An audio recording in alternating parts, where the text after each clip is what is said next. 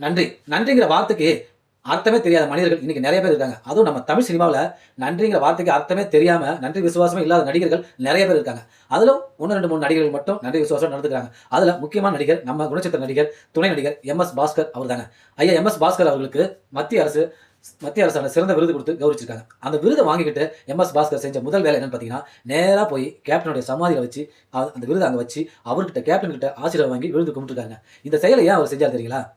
MS. Bhaskar அவர்கள் நடிகர் சங்கத்துல உறுப்பினர் ஆவதற்கு அந்த நிலைமையில அந்த காலத்துல அவர்கிட்ட காசு கிடையாது. இத கேப்டன்ட்ட சொன்ன உடனே, "கேப்டன் டேய் கிளம்பி வா, நான் பார்த்துக்கிறேன்" அப்படின்னு சொல்லிட்டு, கேப்டன் தன்னுடைய பணத்த போட்டு எம்.எஸ். பாஸ்கருக்கு நடிகர் சங்கத்துல உறுப்பினர் கார்டு வாங்கி குடுத்துருக்காருங்க.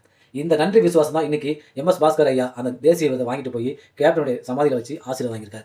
கேப்டனால வளர்த்து விடப்பட்டவர்கள், இயக்குனர்கள், நடிகர்கள் நெறைய பேர் இருக்காங்க. ஆனா அவங்கலாம் கேப்டன மறந்துட்டாங்க. மறந்தாலும் பரவாயில்லைங்க. அவருடைய சாவுக்கு கூட வந்து எட்டி பார்க்கலைங்க. இதுல நெறைய நடிகர்கள்லாம் இருக்காங்க. அவங்க பேரெல்லாம் நான் சொல்லவே விரும்பல. ஆனா என்னைக்குமே கேப்டன் மேல் நன்றி விசுவாசத்தோட நடந்துக்கிற நடிகர்கள் மன்சூர் அலிகான், ஐயா எம்.எஸ். பாஸ்கர்.